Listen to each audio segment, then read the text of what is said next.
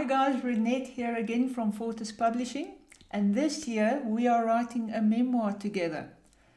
In the first video we talked about not waiting to start writing, but just get on and do it. Don't wait for better days. Today is the day to start writing. But just a small caveat before you start, obviously you need to think about it a little bit.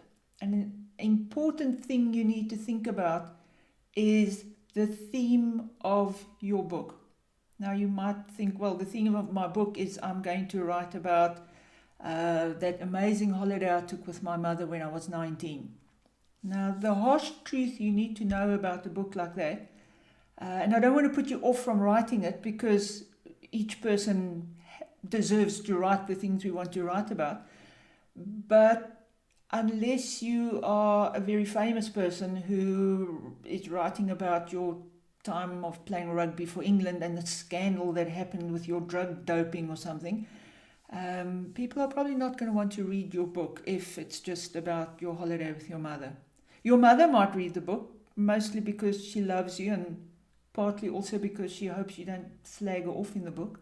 And maybe your two best friends would read it because they're being supportive and maybe they feature in the book. But otherwise, nobody's going to read the book, really. But now, if you think about it and you tweak it a little bit, it might change everything and it might get people interested in your book. So think about the theme of your book. So now, a theme is something whereby you maybe don't pitch your book as I'm writing this book about the holiday I had with my mother when I was 19 years old. You pitch the book as how I fixed my fractured relationship with my mother and how when I was 19 and how it has affected the whole rest of my life regarding relationships I have with other people. Now that's something that people can relate to. Straight away, not telling your story, you are telling a universal story that many people can relate with. It might not be a woman relating to a mother, it might be a man relating to his mother, a girl relating to her father, people relating to their siblings. So their story might be different from yours, but you are telling a theme, you are touching on a theme that resonates with other people. And now that is the kind of book that people would read. But now, also pick your theme judiciously and think about exactly, you have to be precise and you've got to think exactly how you want to pitch it. It can be tricky. And I'm going to give you a couple of examples of one, how it went wrong in my opinion, and one, how it went beautifully right. So, glasses on. The first one, I bought this book on Amazon thinking, wow, because I love a bit of intrigue and a bit of mystery, and who doesn't love to hear about the inside scandal that happened in the Church of Scientology or in the Catholic Church or something. It's a great book. I thought it was going to be fantastic. And it says here, my secret life inside Scientology and my harrowing escape. It was going to be amazing. So now look at this. This is how chapter 1 starts. Remember in the first video, we said that the difference between a memoir and an autobiography is that a memoir writes about this one episode of your life versus an autobiography that writes about your whole entire life. So now I'm reading this book thinking it's about my secret life inside Scientology and my harrowing escape. So what do I want to read? I want to read about all the dirty secrets inside Scientology, and I want to read about how this girl came out. Oh, by the way, it's written by Jenna Miscavige Hill. Now, David Miscavige, is the big mug. He's like the Pope of Scientology, and this is his daughter. So this woman has credentials. She has the right to write about Scientology because she grew up in it. Great. Wonderful start. Chapter 1. The first sentence. One of my earliest memories of Scientology was a conversation that happened when I was about 4 years old. Okay, we are now going to read about what happened when she was 4 years old. Who remembers what happened when they were 4 years old? Apparently she does. So the first chapter is about that. Right. Second chapter. First sentence. About a year and a half after my uncle took over the church. About a year and a half after my uncle took over the church. All right. So now we're reading about her uncle taking over the church. Okay. So far, so average, but there's hope. First line of chapter 3. It was a long drive to the ranch. Right. Okay, so now we're going to a ranch. Okay, so now we will read, it's a chapter about her arriving at the ranch. It's a place where the children go. Right. The first sentence of the next chapter. Within 6 months of my arrival at the ranch. So now we are at the end of this chapter, 86 pages into the book, and we are still, she's 7 and we're on the ranch. No child knows about any secrets that happened in the Church of Scientology when they're 7 years old. I couldn't read anymore. This is how far I got into the book. I couldn't read anymore. It's dull as ditch water. Right. Not on my list of recommendations, even though it was a New York Times bestseller. Because why? Because the Church of Scientology is famous and people want to read about it. But anyway, it is what it is. The next one, The Best of Us by Joyce Maynard.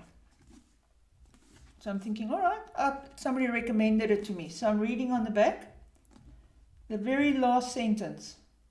Charting the course through the motorcycle riding romance and marriage cut short by tragedy and Joyce's return to singleness in the new times, on new terms, The Best of Us, sorry, my glasses are fogging up, I can't see. The Best of Us is a heart-wrenching, ultimately life-affirming reflection on coming to understand true love through the experience of great loss. Coming to understand true love through the experience of great loss. Who cannot identify with that? Everybody can identify with that. Coming to terms with true love through the experience of great loss. Everybody has had dealings with true love and everybody has experienced great loss. Right, all right, okay, so let's have a go. This book is about the 2 or 3 year period that Joyce was married to a second husband, and a year after they got married, he was diagnosed with pancreatic cancer and died. This is not a spoiler. The book is about his death. So, chapter 1, first sentence. On the 4th of July weekend 3 years ago, at the age of 59, I married the first true partner I had ever known. Hey? Straight away you know it's not an autobiography. She's starting the book when she's 59 years old. She's not starting the book, the first memory I have was when I was 4. Straight away, I'm thinking, all right. First sentence of the next chapter. Ever since the end of my marriage to my children's father, I'd wanted to fall in love. Who can't resonate? Who can't identify with that? Everybody wants to fall in love. Everybody wants true love. And there's a bit of intrigue here. Ever since the end of my first marriage to my children's father, I'd wanted to fall in love. Maybe says much about the first marriage without saying anything about the first marriage. Next sentence. Well, first sentence of the next chapter. I met Jim on Match.com. Who can't identify with that? 60% of people these days meet their significant other through online dating. So, interesting. Okay, this is the last one I'm going to read, promise. Right, the first sentence of the next chapter. The night I met Jim, I had my own failings haunting me, some of them very recent. I don't have to say any more. It's a great book. Highly recommended. The Best of Us by Joyce Maynard. You would do well to read this book while you write your own memoir and follow the beautiful language and follow the beautiful theme. But can you see where this book, you don't actually know what the theme is. She tells you it's about the secrets inside Scientology and her harrowing escape, but 85 pages into the book, we only know about her being 7 years old and living on a ranch. You don't actually know anything. Whereas in The Best of Us, she tells you on the first page, I met him when I was 59 years old, and for the first time in my life, I knew true love. Straight away, in the first line of the first chapter, she tells you what to expect in the book, and she takes it further in the next chapters. So this is your homework for this video. Consider your theme. Think about what you want to write about, and then don't think of it in terms of, I'm going to tell the story about how my mother and I arrived at the airport and got on the plane to Mykonos.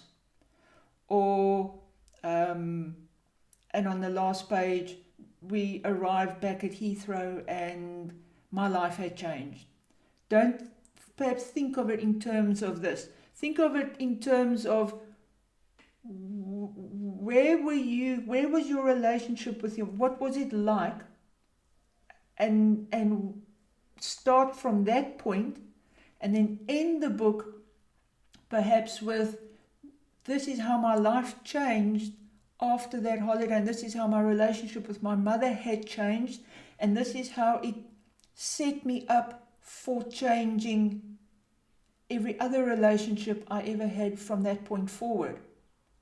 So think of it. In the next video, we will talk about exactly where, at what point in the story do you start the story, and perhaps in what point of the story do you end the story. We'll leave that for the next video, but for now, think about your theme and think about where you want your movement to be from. This is how things were, and this is how things are now at the end of the book. And then we'll talk about the book ends and everything in the middle in subsequent videos. Go do your homework and start writing.